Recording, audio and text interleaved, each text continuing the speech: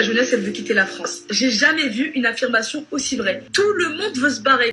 Quitter la France, définitivement. C'est une phrase que l'on entend de plus en plus, surtout chez la jeunesse sur TikTok. À peine les études terminées, certains ont déjà en tête une seule idée, partir loin. Mais comment en est-on arrivé là? Est-ce l'influence des freelances à Bali, de ceux qui vivent leur meilleure vie sous les palmiers avec un business en ligne et un matcha? Ou est-ce le reflet d'un climat social en France qui pousse à fuir plutôt qu'à construire ici?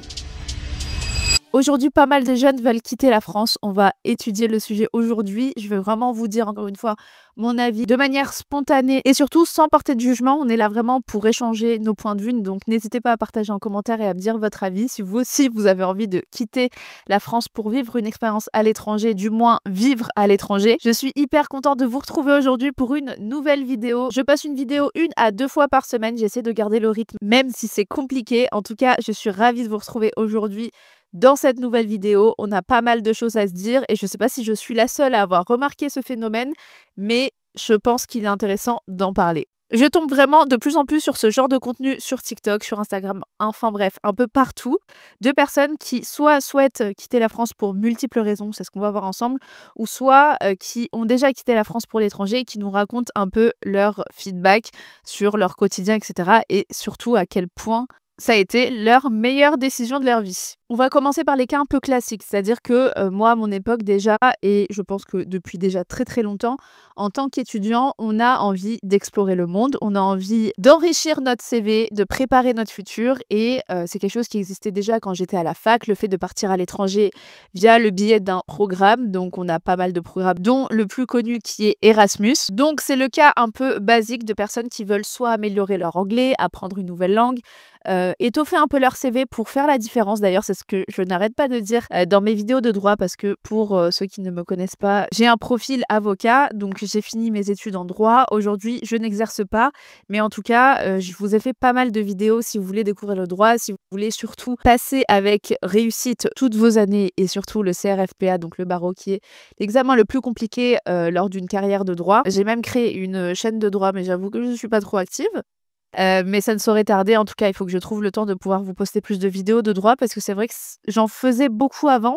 Là, aujourd'hui, j'estime avoir vraiment parlé de tous les sujets. Donc, si vous avez d'autres vidéos, d'autres idées en tout cas de vidéos en droit que je peux faire, n'hésitez pas à me le dire en commentaire. Ça me permettra d'être un peu plus active sur ce sujet-là parce que je sais que vous êtes beaucoup à me suivre par rapport à ça. Donc, c'est quelque chose qui est très connu et justement, c'est quelque chose que je conseille, le fait de partir à l'étranger si possible, faire une expérience, je sais pas, stage à l'étranger, c'est quelque chose qui va faire la différence dans votre CV, qui va vous permettre d'avoir les meilleurs stages, les meilleures opportunités possibles pour vous lancer dans votre carrière professionnelle. Donc ça, c'est quelque chose qui a toujours existé, qui n'est pas récent, c'est quelque chose qu'on connaît. Donc ça, c'est le cas un peu basique des étudiants qui partent de manière temporaire à l'étranger pour faire leur expérience, ou alors qui se plaisent carrément à l'étranger et qui restent finalement pour y vivre. Il y en a pas mal qui prennent pour domicile l'Angleterre parce que c'est pas très loin, parce que c'est mieux payé, parce que peut-être les conditions de vie sont meilleures, je n'en sais rien. Mais en tout cas, ce qu'on connaît le plus, ce sont les personnes qui partent de manière temporaire pour étudier à l'étranger. Ce n'est pas tout, c'est-à-dire que c'est un peu le seul cas qu'on connaissait depuis longtemps. Aujourd'hui, nous avons des personnes qui veulent quitter la France définitivement. Donc je vais vous mettre, pour étoffer un peu mon propos, des vidéos que je trouve sur TikTok d'étudiants qui envisagent de partir de la France après leurs études et on va voir la raison pour laquelle ils prennent cette décision juste après. Vraiment les recruteurs, comment vous pouvez oser proposer à des gens qui sortent d'un bac+5, qui ont un minimum d'expérience, un salaire à 1600 €? Je vous jure, 1600 € c'est indécent, genre. C'est juste un petit peu au-dessus du SMIC. Pour des gens qui ont autant travaillé, 1600 €. Inutile que je vous dise de quel domaine il s'agit, parce que les étudiants en droit, vous allez être déçus. Le pire, c'est que la personne, elle parle avec moi, genre totalement à l'aise, comme s'il y avait moyen de moyenner. Alors que je lui dis concrètement que genre moi c'est pas possible et que je suis désolée, mais je vais pas marcher sur du salaire pour venir chez vous en fait. Et je vous jure que la personne était vraiment sérieuse en fait. 1600 €. 1600 €.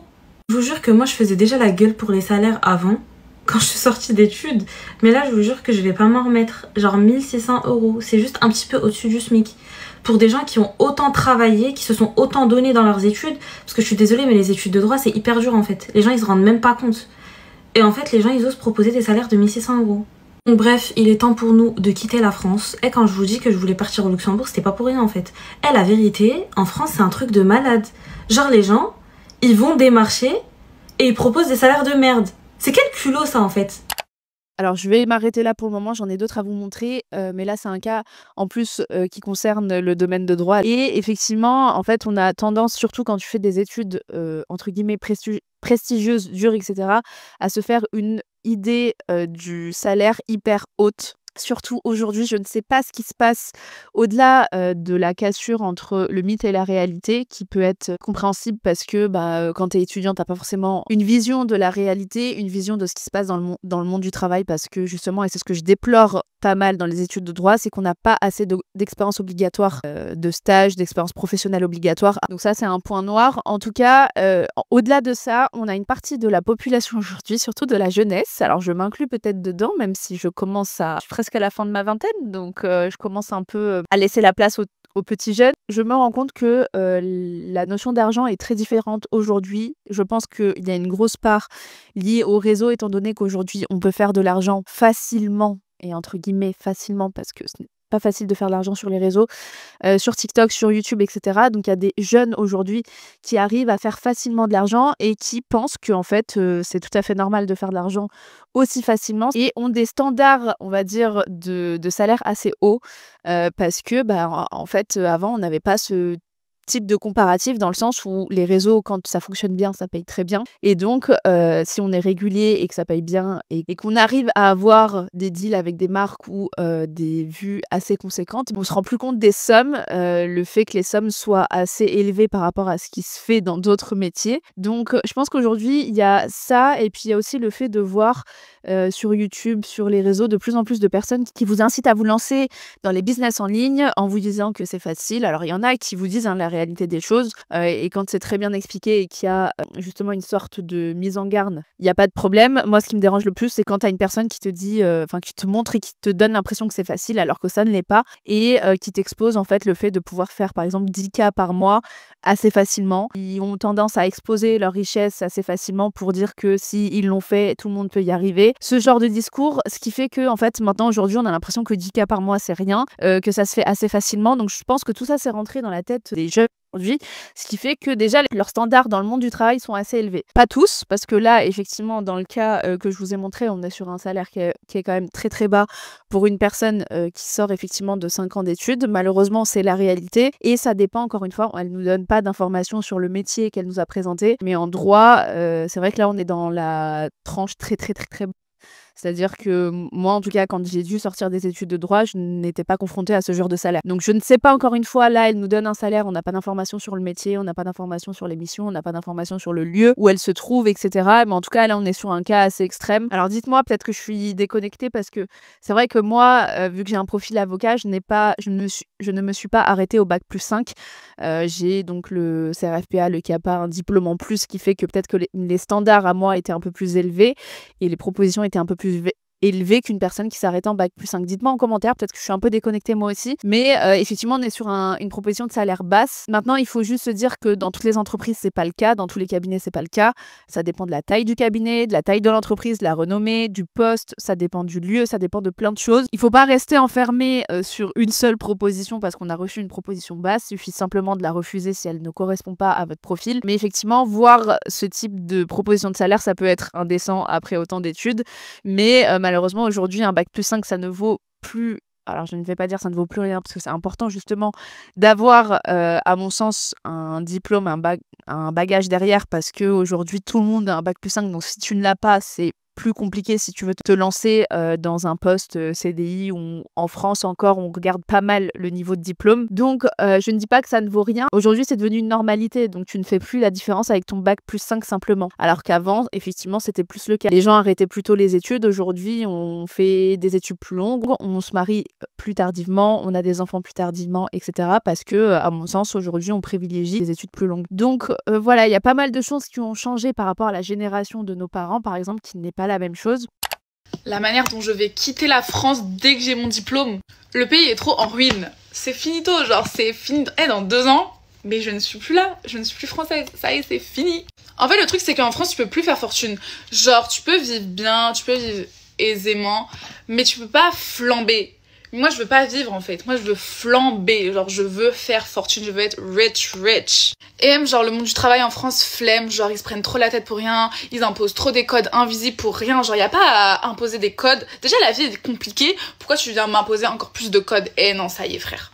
Genre, les gens, ils sont trop hypocrites entre eux dans l'espace de travail. Et même, genre, l'équilibre travail-vie perso, il est pas assez équilibré pour moi. Je peux pas passer ma vie au bureau. Ça va pas ou quoi? Mais... Are you crazy? Moi, de toute façon, j'ai dit, dans 2 ans, là, dans 3 ans, je me casse au Maroc. C'est fini, la France, c'est finito pour moi. Je vais comme in Morocco, yes sir. Mon diplôme, il est tout aussi prestigieux en France qu'au Maroc. La vie là-bas, c'est pas cher. Il y a trop d'opportunités, genre, il y a trop de choses à faire au Maroc. Vraiment, je vais là-bas. Oh my god, j'ai trop hâte. Bon, pas mal de choses à dire encore sur ce TikTok. Donc encore une fois, on est sur une étudiante qui n'a pas encore terminé ses études, mais qui dit qu'elle quittera la France après ses études. Alors, à voir si elle le fait réellement, parce que c'est facile de dire et de le souhaiter, mais dans les faits, c'est plus compliqué à mettre en place. Donc, alors, moi, je vais vous dire honnêtement ce que j'en pense. Moi, je trouve que ce TikTok est un peu énervant à regarder. On est complètement sur ce que je vous disais. Je pense qu'on est sur une personne qui a des standards très élevés. Elle-même, elle le dit, elle veut pas juste avoir de l'argent, elle veut être richissime et donc c'est impossible de faire encore de l'argent aujourd'hui en France.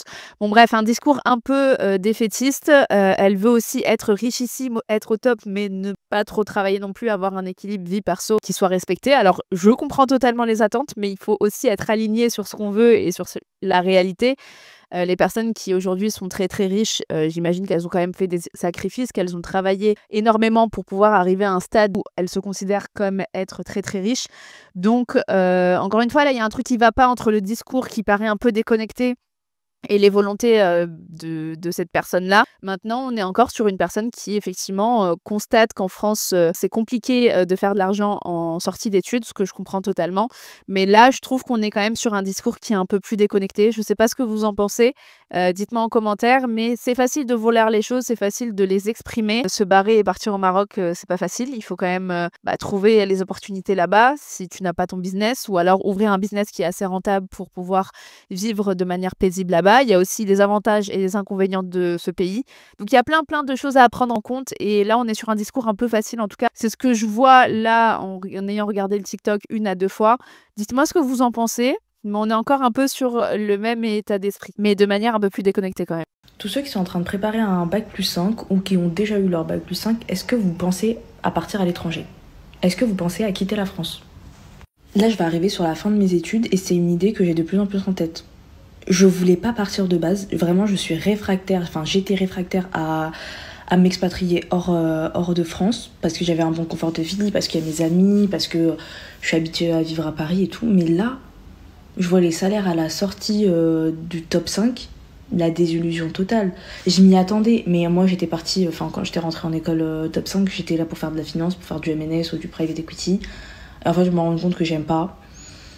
C'est quoi la solution du coup? Est-ce qu'on est obligé de signer à 35, 40, 45, 50, c'est quand t'es en audit et encore. C'est quoi, on doit partir ailleurs en fait? Faut qu'on parte au Luxembourg, faut qu'on parte en Suisse, faut qu'on parte à Dubaï. Les gens parlent de VIE. J'aimerais bien faire un VIE, mais en fait le truc c'est que ok, t'es bien payé pendant ton VIE parce que tu cotises pas et en plus ça te fait une expérience à l'étranger, c'est trop bien. Mais quand tu reviens en France, c'est la même chose. C'est la même chose. Est-ce que les gens du top 5 en école de co, vous aussi, vont penser à partir ailleurs? On est sur une personne qui se pose des questions, qui a l'air quand même un peu plus posée que la personne d'avant, qui a subi, vous voyez, la cassure entre les idées qu'on se fait des salaires en France et la réaliser. Donc encore une fois, on revient sur cette histoire de bac+5. Bon, je pense qu'on a tout dit. Aujourd'hui, un bac+5, bon voilà, c'est un diplôme comme un autre. Donc même elle, qui fait partie des meilleures écoles, dit que effectivement, elle est déçue de la sortie en fait des études. Et encore une fois, bah voilà, la personne se questionne parce que elle entend parler de Dubaï, de la Suisse, des Pays-Bas, etc. Et c'est tout de suite plus alléchant pour une personne de commencer sa vie, en tout cas dans un pays qui lui permettra de mettre de côté.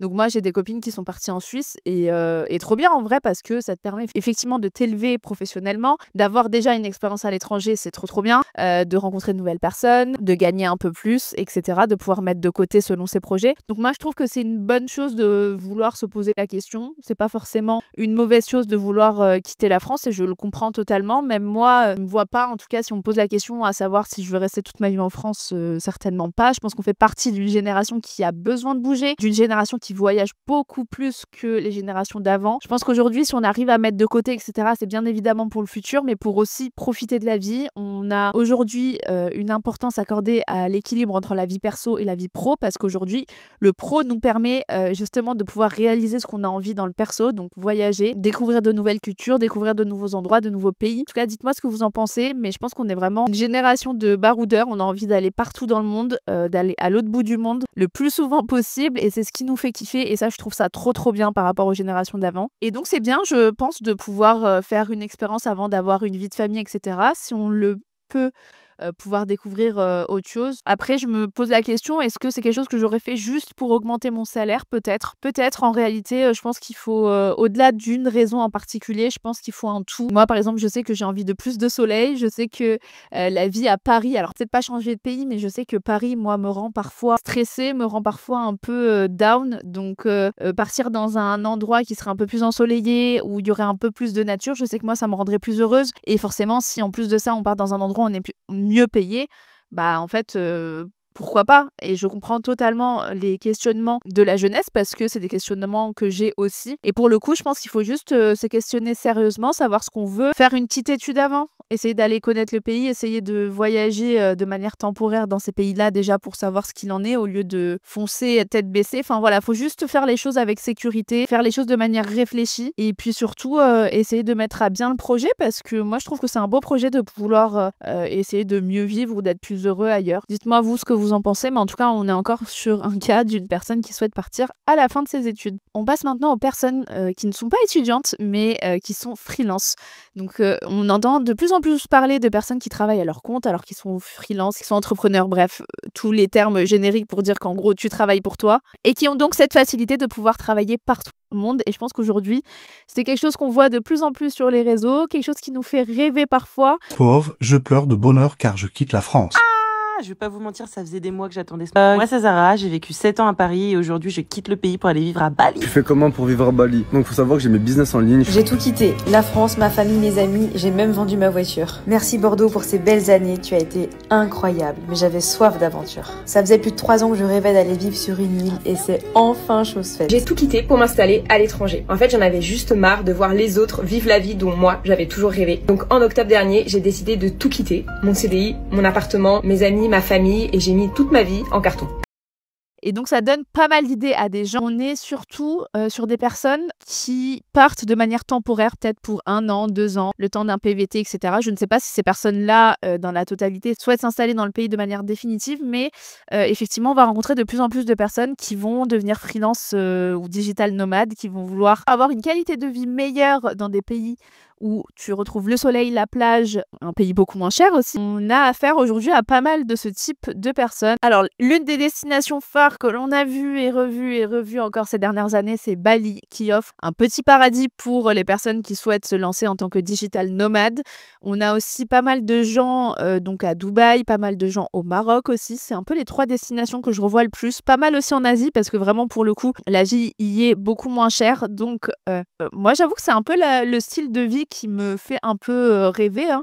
Clairement, je pense que ça ferait rêver pas mal de gens de travailler à son compte, de pouvoir travailler d'où on veut. Et c'est pas donné à tout le monde. Il faut bien évidemment avoir, en tout cas dans la majorité des cas, un business qui tourne pour pouvoir partir ailleurs. Il y a ce qu'on voit sur les réseaux et la réalité. Je pense qu'on voit pas mal de choses édulcorées sur les réseaux, pas mal de choses qui sont romantisées. La vie à Bali, très clairement, moi j'y suis allée pas mal de fois.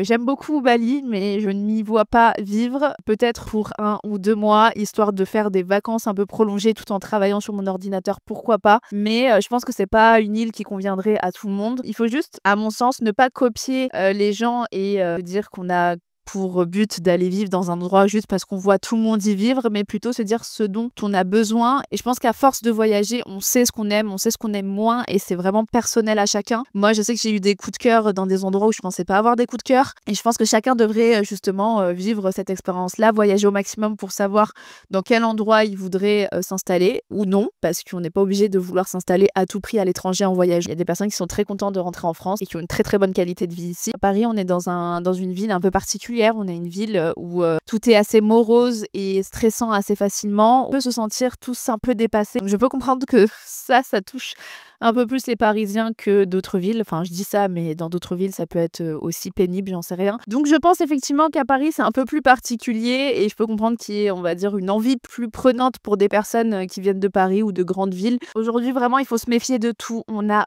pas mal de personnes aujourd'hui qui proposent ce lifestyle, qui le montrent à outrance, qui te disent à longueur de journée, si tu as envie de quitter ta vie morose et devenir créateur de contenu ou devenir, je ne sais, community manager ou je ne sais quel autre métier, il suffit d'acheter ma formation et etc., etc. Alors, il y a peut-être des gens qui réussissent à t'aider à créer ton business, etc. Et donc, pour moi, c'est une catégorie de vendeurs de formation qui t'accompagne effectivement si tu as besoin d'un suivi. Et puis, il y a une autre partie de formateurs qui vraiment te rabâchent ça à longueur de journée, qui te mettent des images de Bali à longueur de journée, qui te mettent des images d'eux qui voyagent à longueur de journée, alors que ce n'est pas ça la réalité. Ils te montrent pas forcément toutes les heures de travail derrière. Et en fait, on a vite, encore une fois, cette image de déconnexion, de freelanceur qui est à l'autre bout du monde et qui fout rien et qui travaille pendant 2 heures sur son ordinateur. Alors, ça existe pour certains. Ça existe sûrement pour les formateurs, mais parce que justement, ils te vendent ce genre de formation, donc ils se font de l'oseille par rapport à ça. Donc tant mieux pour eux, hein, s'ils arrivent à se faire de l'argent assez facilement comme ça. Mais ça concerne un pourcentage de personnes qui est très très faible, comme les créateurs de contenu, en fait, les influenceurs qui gagnent hyper bien leur vie. C'est un pourcentage qui est très très faible par rapport à tous les créateurs de contenu et les influenceurs sur les plateformes. Parce que quand on suit ce genre de personnes à longueur de journée et qu'on rentre du travail et qu'on est dans le métro un peu déprimé, je sais que ça peut vite mener à une dépression, ça peut vite mener à des coups de down qui se dévalorisent, etc. Et c'est pas le but. Donc ne vous comparez pas, ne comparez pas la vie des autres. Vous ne savez absolument pas ce qui se passe dans leur vie, mais juste ne vous créez pas un petit paradis en voyant ces images bien faites, ces vidéos bien faites, parce que quand on va dans un pays, quand on s'expatrie comme ça, il y a bien évidemment des avantages, mais il y a aussi des inconvénients à prendre en compte. Donc voilà, n'y allez pas les yeux fermés, faites votre propre expérience. On arrive à un autre type de vidéo où on va parler de mentalité, racisme, islamophobie, etc. Ils sont français, ils sont musulmans, ils sont diplômés et ils quittent la France pour trouver du travail. Bah, ça s'appelle la discrimination à l'embauche, c'est passible de 45 000 € d'amende. Je me demande d'ailleurs dans quelle proportion il y a véritablement des sanctions. Je trouve des Français de confession musulmane partout à l'étranger. Ce qui nous dit, c'est qu'on ne s'est jamais autant senti français que depuis qu'on est parti, parce qu'enfin on me voit comme tel.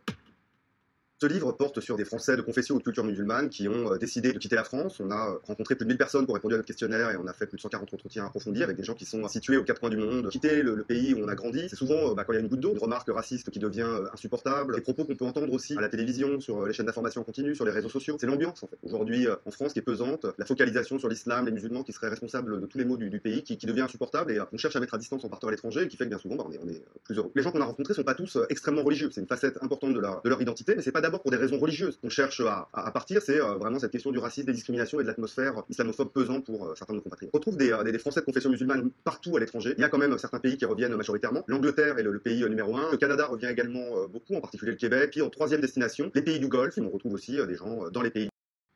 Je pense qu'on a tous remarqué que ces dernières années, de plus en plus de monde cherche à quitter la France. Les gens n'en peuvent plus de la France. Ils veulent se barrer. Et ils font tout pour. Et le plus fou, c'est que les gens ne cherchent pas à quitter la France parce que c'est un pays sous-développé ou parce que c'est moche. C'est beau la France. On a les 4 saisons, il y a la montagne, il y a la plage, il y a des beaux spots. C'est magnifique la France. T'es pas en Grèce en France. Les gens cherchent à fuir la France à cause de la mentalité principalement. C'est ça qui fait fuir les gens, la mentalité française. Je sais pas si vous vous rendez compte. Le pire, c'est que c'est des gens qui ont grandi en France. Donc, dans cette mentalité-là, elle est censée les avoir imprégnés. Pourtant, même en ayant vécu, grandi avec cette mentalité, ils en peuvent plus. Ils en peuvent plus de cette mentalité. Et on va pas se mentir, avec le temps, elle se dégrade de plus en plus. C'est une dinguerie. Enfin bon, ainsi va la vie. Hein. Mais vous, si vous devriez quitter la France, vous iriez où? Je suis tombée sur pas mal de vidéos qui parlent de la mentalité française. Je pense que d'un côté, on ne se rend pas compte de la chance qu'on a d'être dans un pays en sécurité où on manque de rien, entre guillemets. Alors, je dis ça en étant moi-même. C'est-à-dire que si j'étais dans une situation précaire à vivre dans la rue, etc., je ne dirais pas la même chose. Là, je parle de moi. Je suis hyper chanceuse de ce que j'ai, de plein de choses et je ne regrette absolument pas ma vie ici. Il n'y a pas de difficulté. Après, bien évidemment, j'ai aussi envie de nouveau, d'ailleurs, etc. Mais en tout cas, je suis très consciente de la chance qu'on a parce qu'on a quand même pas mal de choses que d'autres personnes rêvent aujourd'hui dans le monde. Il faut aussi exprimer un peu de gratitude. C'est vrai qu'il y a pas mal de choses qui ne vont pas. En revenant sur un peu la mentalité, c'est vrai qu'on a une mentalité très spéciale en France, que ce soit dans le monde professionnel, dans la vie de tous les jours. Après voilà, il y a des choses qui partent quand même un peu en cacahuète en ce moment. Le climat social n'est pas terrible et je pense que ça pousse pas mal de gens à vouloir partir. Et bien évidemment que le racisme, l'islamophobie, etc., c'est quelque chose qui pousse justement les gens à partir. En fait, tout est plus difficile pour des personnes racisées que pour des personnes qui ne le sont pas. Mais je le ressens quand même. Je l'ai déjà ressenti au cours de ma vie. J'ai déjà vécu des situations de racisme. Et je pense qu'aujourd'hui, c'est encore plus présent avec la montée de l'extrême droite, etc. Donc voilà, il y a plein de choses qui dégoûtent un peu de ce qui se passe en France et qui poussent les gens à partir. Et je suis totalement compréhensive par rapport à ça. J'avoue que cette raison peut effectivement me faire partir parce qu'en fait, c'est quelque chose qui nous touche tous les jours. Si on est tous les jours malheureux à cause de ce que l'on est et de ce que les personnes perçoivent de toi, c'est dur de s'imposer ça. Donc je comprends totalement le choix des personnes de partir. Mais pour les gens qui ne souhaitaient pas partir de base et qui partent avec un goût amer, je trouve ça hyper triste parce que je me dis mais quelle défaite de notre peuple, quelle défaite de notre pays de ne pas en fait arriver à passer outre tous ces problèmes sociétaux et à essayer de travailler sur tous ces problèmes-là, le racisme, etc. Et je pense qu'on vit aussi dans une époque qui n'est pas facile aujourd'hui. J'avais vu un commentaire d'une personne qui avait, je crois, à peu près 70 ans, qui commentait une vidéo YouTube et qui disait mais purée, mais quelle époque aujourd'hui. À mon époque, il n'y avait pas tout ça.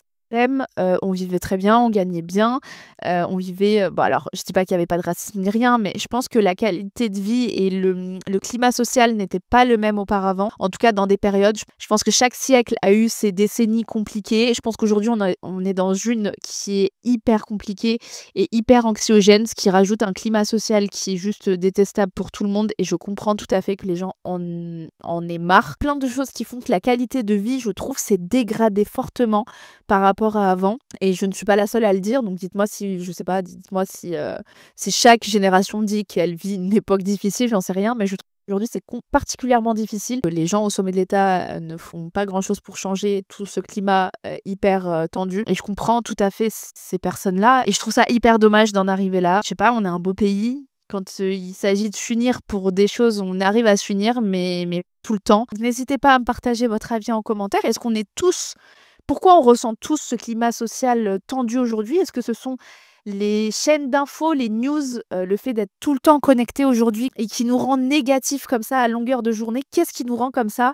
Moi, je me pose des questions. Je pense qu'il y a quelque chose qui joue parce qu'on n'est pas né pour être malheureux. On n'est pas né pour être... c'est pas en étant né avec un passeport français qu'on est négatif forcément en principe. Donc voilà un peu les raisons qui font que les gens ont envie de partir aujourd'hui et que la jeunesse a envie de fuir notre pays. Bon, je pense avoir assez parlé. J'espère que cette vidéo vous a plu. N'hésitez pas vraiment à me dire ce que vous en pensez. Il n'y a que comme ça qu'on va pouvoir échanger, donner notre avis, etc. Et moi, ça me plaît d'avoir vos retours. Je pense qu'effectivement, aujourd'hui, les gens ont plus envie de partir, de découvrir le monde, de découvrir d'autres cultures, de gagner mieux leur vie, d'être un peu plus en sécurité, d'être avec des gens avec qui ils se sentent bien et acceptés. Voilà un peu toutes les raisons que j'ai exposées aujourd'hui. Je ne sais pas si c'est dommage ou pas, mais en tout cas, à partir du moment où les gens ne regrettent pas, et dans tous les cas, je pense que si tu as envie de revenir dans ton pays, bah tu le fais tout simplement, hein. Rien n'est impossible dans la vie. Je vous laisse commenter, vous abonner, etc. Pour info, je poste 1 à 2 vidéos par semaine. Et puis voilà, on se retrouve bientôt pour une prochaine vidéo.